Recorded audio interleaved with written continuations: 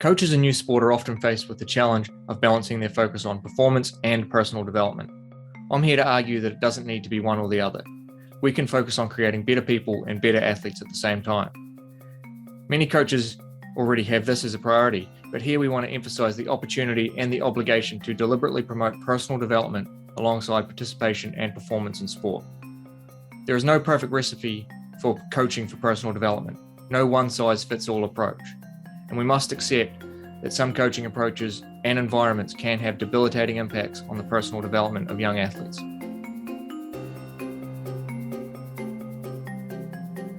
Here we're going to focus on 4 evidence-based considerations and recommendations for promoting positive personal development in youth sport, and we'll talk about these through the lens of life skills as assets that can be developed through sport. First, life skills are broad. We need to recognize what youth bring to sport and how to individualize our support and coaching to them. Players don't enter youth sport as a blank canvas. They bring life skills, they bring personal experiences with them. As coaches, you need to get to know your players, get to know your parents. What are your players bringing in terms of life skills strengths? What life skills needs are they bringing?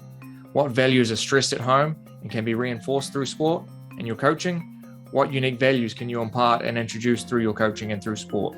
Second, life skills can be taught. We can take explicit approaches to deliberately and systematically promote personal development. Define what personal development is. Identify, prioritize, and define the specific life skills you want to teach and coach, and the specific life skills that fit your context, your sport, and your community. Talk to your athletes about the skill. Convey why it is important, and teach the skills and assets that can directly benefit them in sport and in life.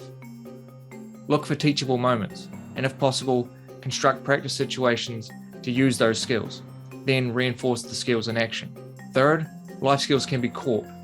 How we structure the environment implicitly influences what life skills athletes are learning and how their personal development is being shaped.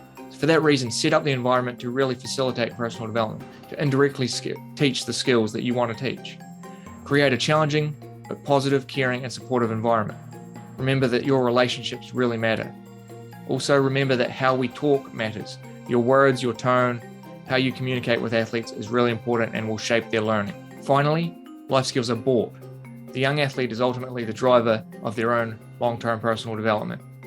With that though, coaches can play and do play a really powerful role in facilitating buy-in to life skills and personal development. Promote reflection and awareness of life skills. Have debriefing sessions to explicitly discuss life skills that are learned in sport and how to use and apply them in other areas of life. Promote agency and autonomy. Have youth identify when and where and how they can use those skills in other areas of life and empower them to do so. With that, instill confidence in the athlete and their life skills. Encourage support and stay in contact with them as they try to apply, use, and adapt those skills across contexts. Ultimately, we have a great opportunity to focus on both coaching, personal development, as well as performance when working with young athletes. We can focus on creating better people and better athletes at the same time. In fact, focusing on developing the person is most likely only going to help and strengthen your approach to developing the athlete.